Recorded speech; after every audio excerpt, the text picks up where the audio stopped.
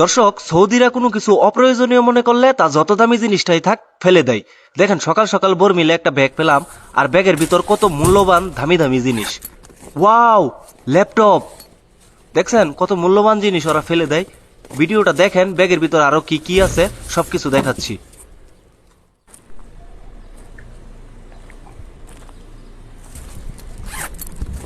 Wow! তো দেখেন, এই যে একটা ল্যাপটপ, এটা কিন্তু ফেলে দিছে। হ্যাঁ, আমি সকালে আসছি, এসেই দেখি এই ব্যাগটা বর্মিলে। ব্যাগটা চেন খুলতেই ল্যাপটপটা আমার চোখে পড়ে। তো দেখি এটাতে কি সমস্যা, কি কারণে ফেলাইছে। তো দেখেন, এটা ডেল কোম্পানির, হয়তো ল্যাপটপটা অনেক পুরান। ও, এই যে দেখেন ভেঙে গেছে। হ্যাঁ, এই দেখেন, এদিকটা ভেঙে গেছে। এই ভেঙে যাওয়ার কারণে কিন্তু ল্যাপটপটা ফেলে দিছে, ঠিক আছে। তো দেখি ওপেন হয় কিনা। এটা যদি ওপেন হয় তাহলে 200 রিয়াল বিক্রি করা যাবে। আর যদি ওপেন না হয় সেক্ষেত্রে 100 রিয়াল বিক্রি করা যাবে। তো এটা তো ওপেন হইতাছে না, মনে হয় চার্জ নাই, বা বাসায় গিয়া রুমে গিয়া চার্জে লাগাইয়া পরে দেখতে হবে যে ওপেন হয় কিনা। ওপেন হইলে মোটামুটি এটা 5-6 হাজার টাকা বিক্রি করা যাবে। ওপেন না হইলে মনে করেন এটা বিক্রি করা যাবে না। আরেকটা ব্যাগ, এই দেখেন, একটা হেডফোন। হ্যাঁ, এটা কিসের হেডফোন? এই দেখেন, আইফোনের হেডফোন। ঠিক আছে, আরেকটা ব্যাগ, ব্যাগের ভিতরে আইফোনের হেডফোন।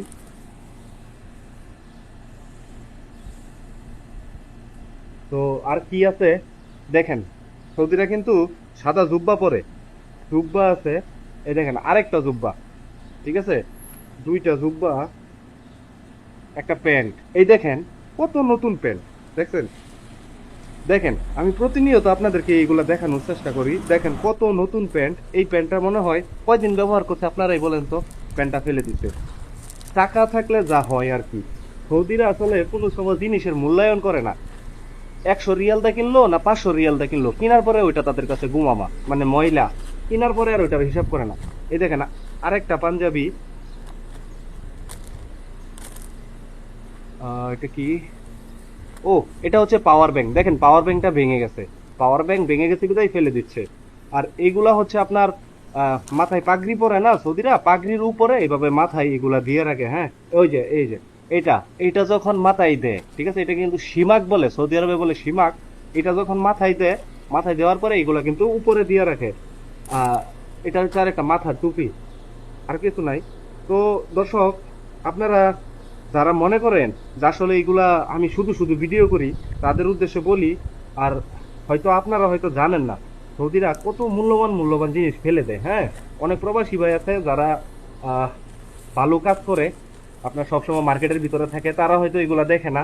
কিন্তু যারা আমাদের মতো বাহিরে কাজ করে বা বলদিয়ার ভাইয়েরা আছে, তারা কিন্তু প্রতিনিয়ত এরকম ল্যাপটপের মতো অনেক মূল্যবান মূল্যবান জিনিস কিন্তু তারা পেয়ে থাকে, বুঝছেন? আমার এক বন্ধু, একসাথে আমরা দেশ থেকে আসছিলাম, সে 18 গ্রাম ওজনের একটা আপনার গলার হার, একবারে পুরাটা গোল্ডের, 18 গ্রাম ওজনের 22 ক্যারেটের গোল্ড সে কিন্তু পাইছে।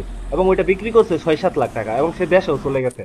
তো এরকম যারা আমার মতো মানে বাহিরে যারা কাজ করে বা যারা বলদিয়ার বাইরে আছে, তারা কিন্তু প্রতিনিয়ত এরকম মূল্যবান জিনিস যারা জানেন না তারা হয়তো ভুল কমেন্টস করেন বা বুঝতে চেষ্টাও করেন না। আপনাদের যদি পরিচিত যারা থাকে বলদিয়ায় কাজ করে, তাদের সাথে কথা বলে দেখতে পারেন, এরকম জিনিস সবসময় পাওয়া যায়। এটা এর চাইতে নতুন নতুন ল্যাপটপ কিন্তু পাওয়া যায়। আমরা কিন্তু এই ল্যাপটপটা 100 রিয়ালে বিক্রি করে দেবো, বাংলাদেশের মাত্র 3000 টাকা।